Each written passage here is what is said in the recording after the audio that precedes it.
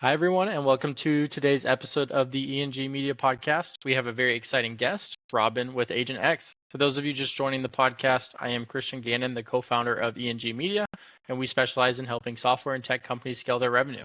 So if you want to learn how to take your software or tech business to the next level, make sure to stick around.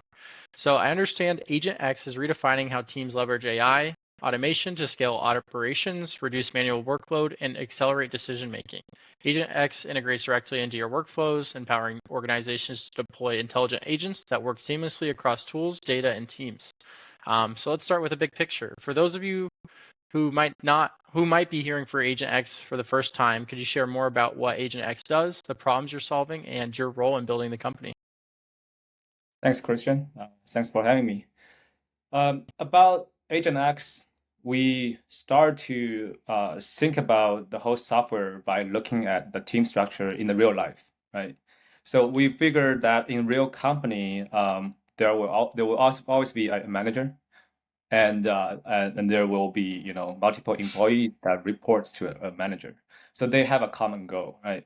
Mhm. So when the AI agent comes to into this industry. So we're starting to thinking about how AI agent can be play as a role in the company, not just a workflow, right?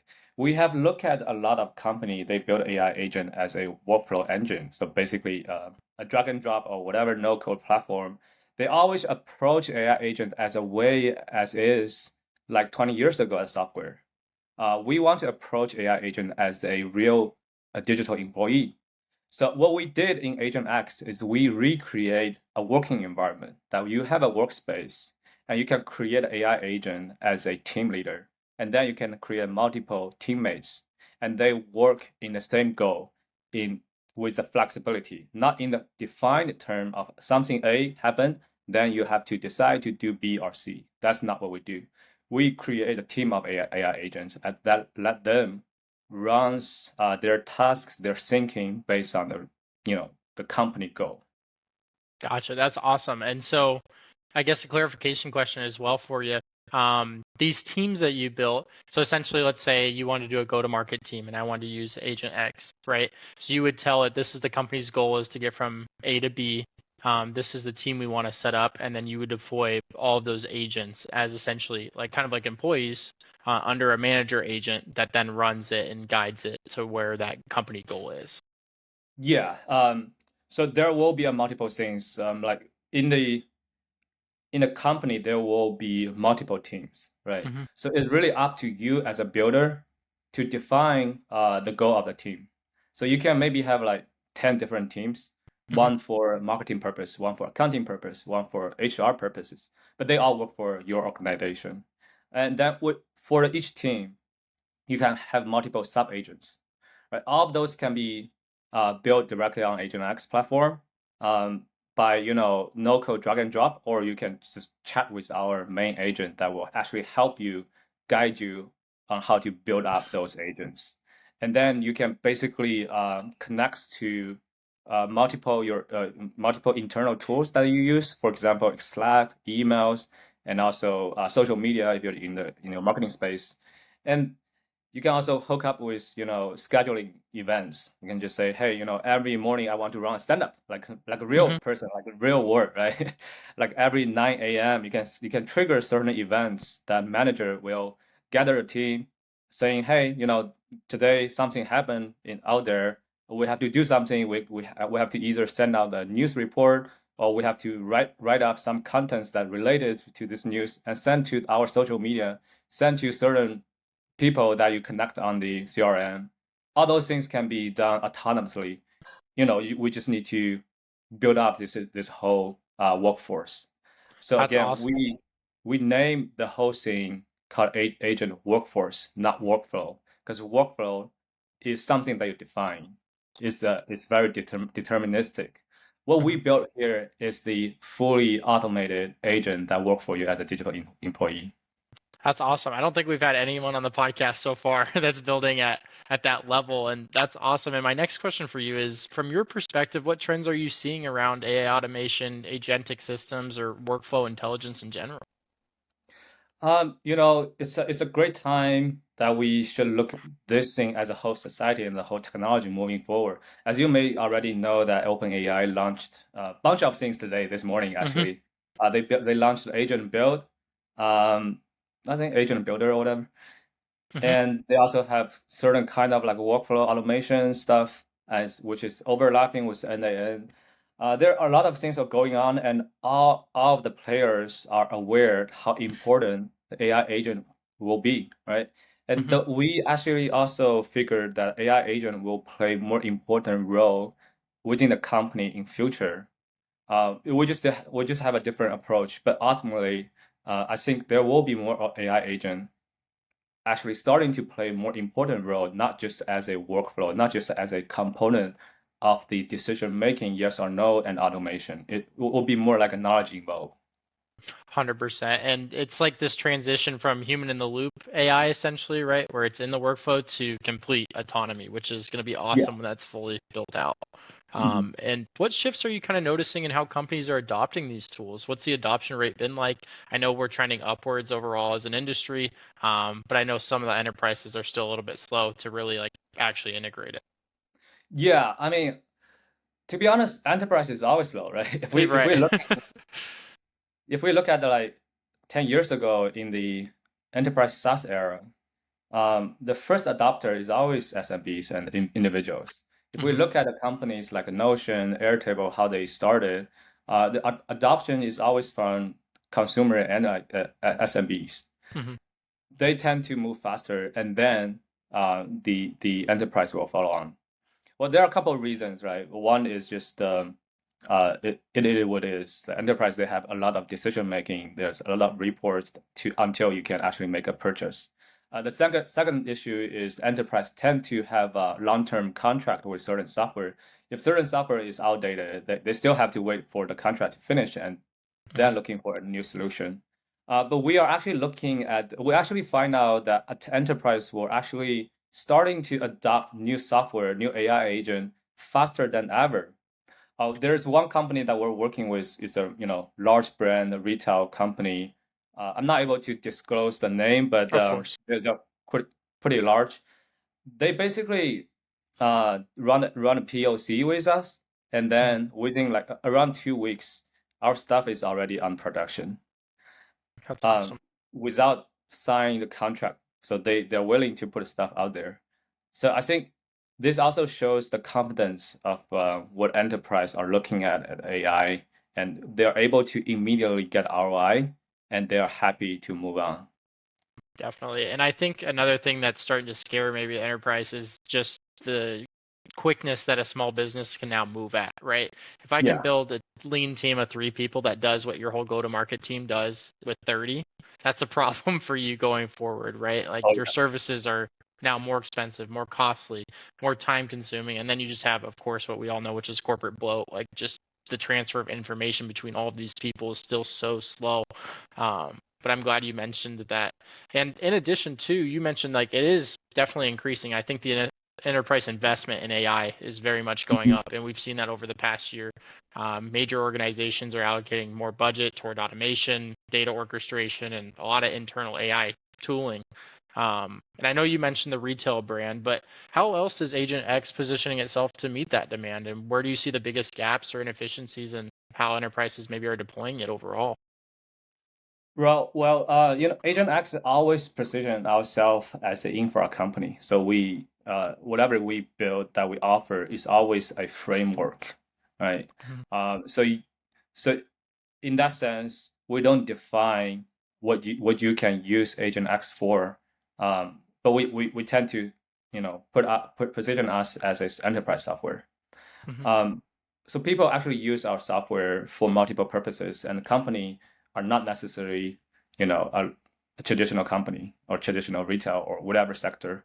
Of course. Um, there are two type of customers in terms of enterprise. Mhm. One is they use AgentX framework for the internal automation process. So they build an AI agent that plays a role inside a company for their internal automation and decision making.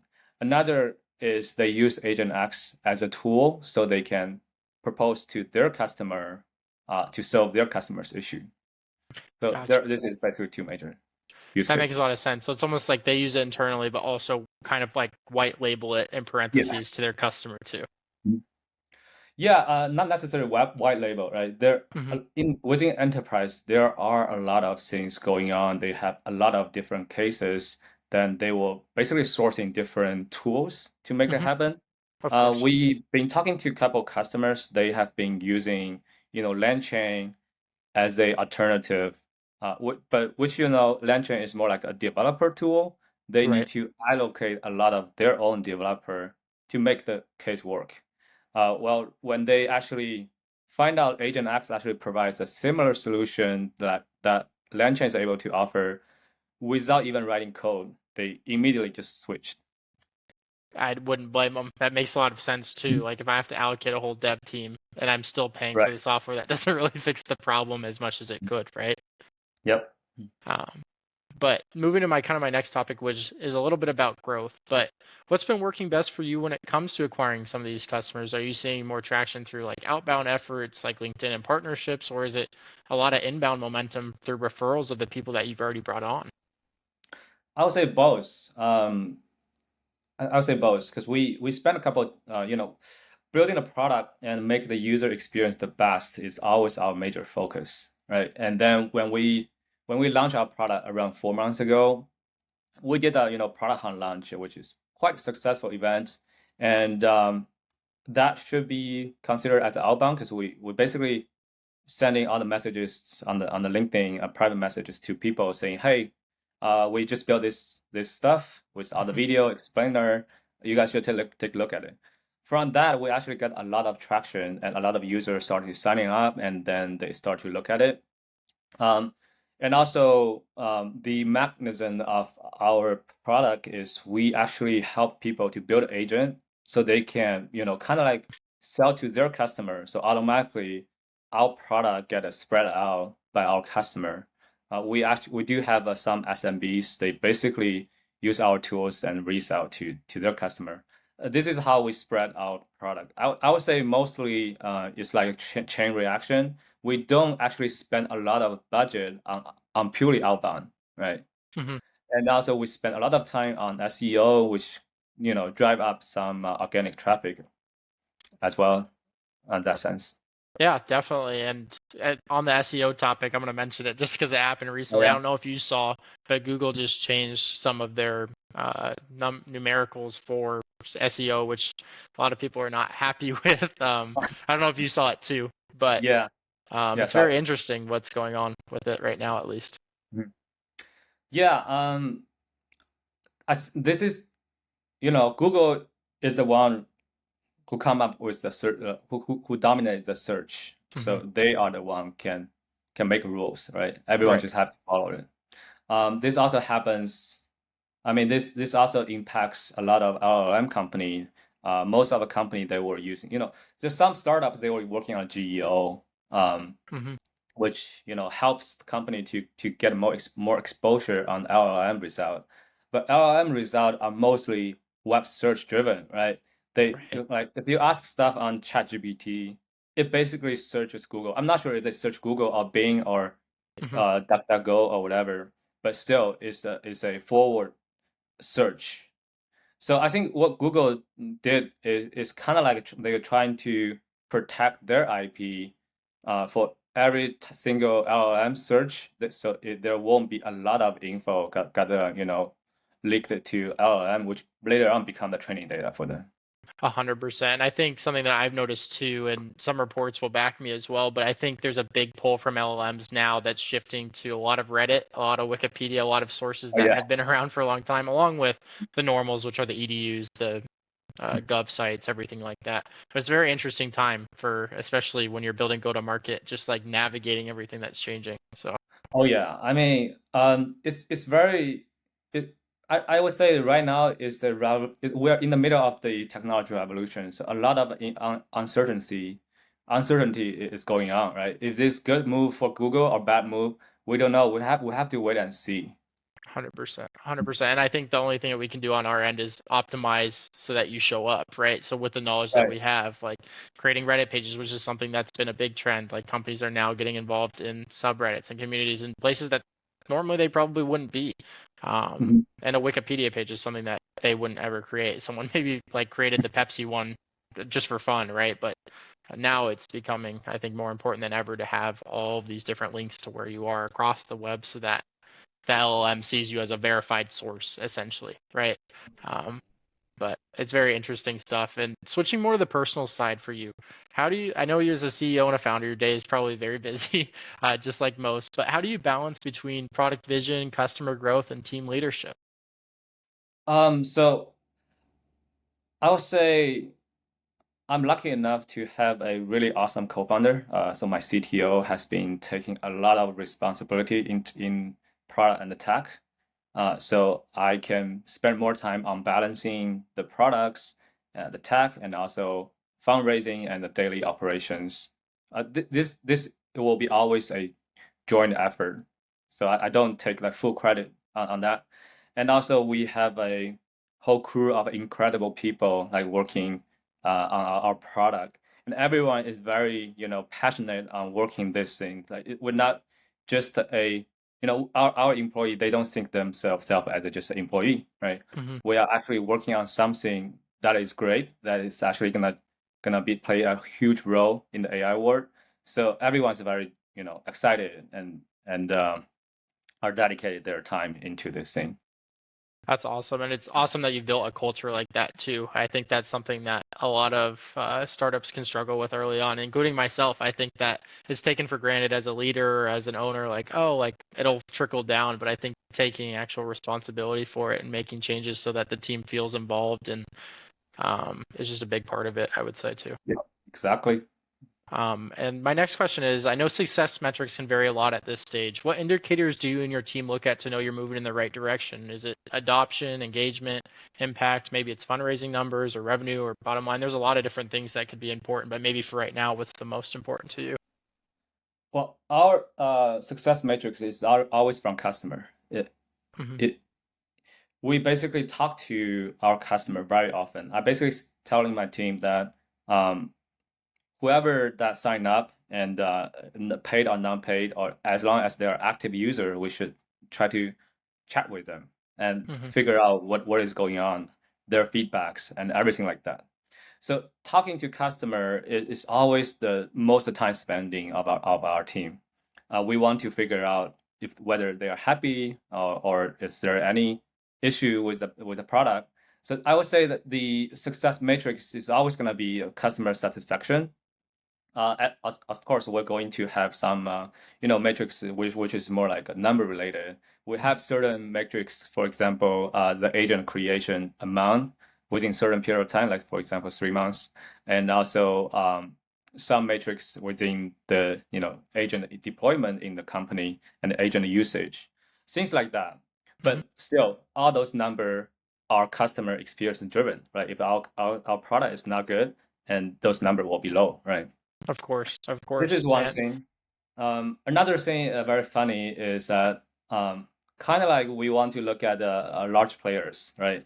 mhm, It's like if we are building something in terms of like whether we are on the right track or not, is we look at the large players. Why? Because if we are building something amazing or is very useful, there will be a competitor. There will be someone want to replicate us. So when people ask me, "Hey, what do you think about OpenAI launched the Agent Builder?" I was like, that proves that we're right. We built the Agent Builder platform already, and the OpenAI start to follow on. That proves that the stuff we built is valuable, right? of course, of course. And what's next for Agent X in the next 6 to 12 months? Are there any major product launches, strategic partnerships, or initiatives that you're really excited about? Yeah, we are talking to multiple partners, and along the way, I think within a couple of months, we're probably gonna announce certain partnership. And yeah, a lot of exciting things going to happen. That's awesome. And I have one more question for you. It's a fun one, but a tough one. If you had a magic wand and could solve one problem within the business, what would that be?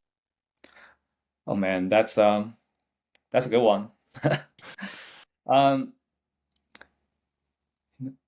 I wish I can, accelerate things without, you know, without making things like left behind. It's like when we talk to a lot of enterprise customers, a lot of times that we spend are just waiting game because there's certain compliance issue, there are certain, uh, you know, legal issue or hierarchy issue, reporting hierarchy issue that slows things down. And I wish, I have a magic wand that just like let those waiting things disappear so we can move faster.